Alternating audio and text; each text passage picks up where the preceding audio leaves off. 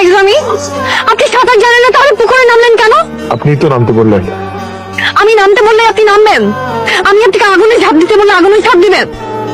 অবশ্যই দিব। আপনি মনে হয় বাংলা সিনেমা প্রচুর দেখেন, তাই না? কথায় কথায় সিনেমার ডায়লগ দিবেন না। জীবন নিয়ে ছিনিমিনি খেলেন। আপনার কিছু হয়ে গেলে কি হতো? ভালোই তো হতো। তারপর দাদার কবরের পাশে আমাকে কবর দিতেন। তারপর আমি আর দাদা মিলে বসে দেখতাম কে বেশি কান্না করে, আপনি নাকি দাদি।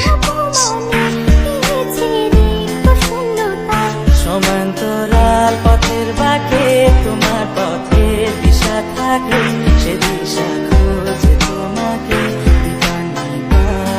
দাদি আসি, আমার জন্য দোয়া করবেন। এসো ভাই, ভালো থাকবেন আপনি।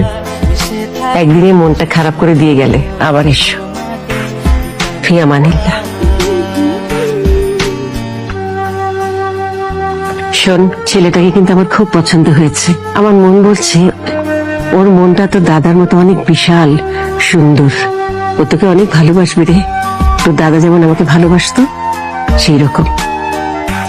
দেরি করিস না, বোকামিও করিস না, ওকে বিয়ে করে ফেল। যা যা, সাবধানে যাস।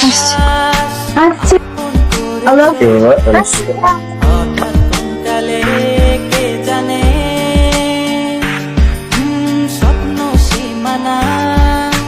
আপনার সমস্যা কি? আপনি বিদায় না নিয়ে চোরের মতো নামলেন কেন? আপনি বাচ্চাদের মতো ঘুমাচ্ছিলেন দেখে ভীষণ মায়া লাগলো, তাই আর ডাকতে ইচ্ছা হয়নি। আচ্ছা, আপনি কি সবসময় মানুষকে তেল দিয়ে কথা বলেন? আমি আবার কখন কাকে তেল দিলাম? সব সময় বলেন, মাত্র বললেন। আবার আজকে সকালে যেমন দাদিমাকে বললেন সুচিত্রা সেন। আমার ওনাকে দেখে সুচিত্রা সেনের মতো লেগেছে, তাই বলেছে। দাদিমা আপনাকে অনেক পছন্দ করেছে। আর আপনি তো এখনো বিয়ের মতামত জানাননি। আপনি যদি আমার দুইটা শর্ত মেনে নেন, তাহলে আমি ভেবে দেখতে পারি। আমি আপনার সব শর্ত মেনে নেব, বলেন। এখন না, লিখে জানাও। হ্যাঁ, তাহলে টেক্সট করেন।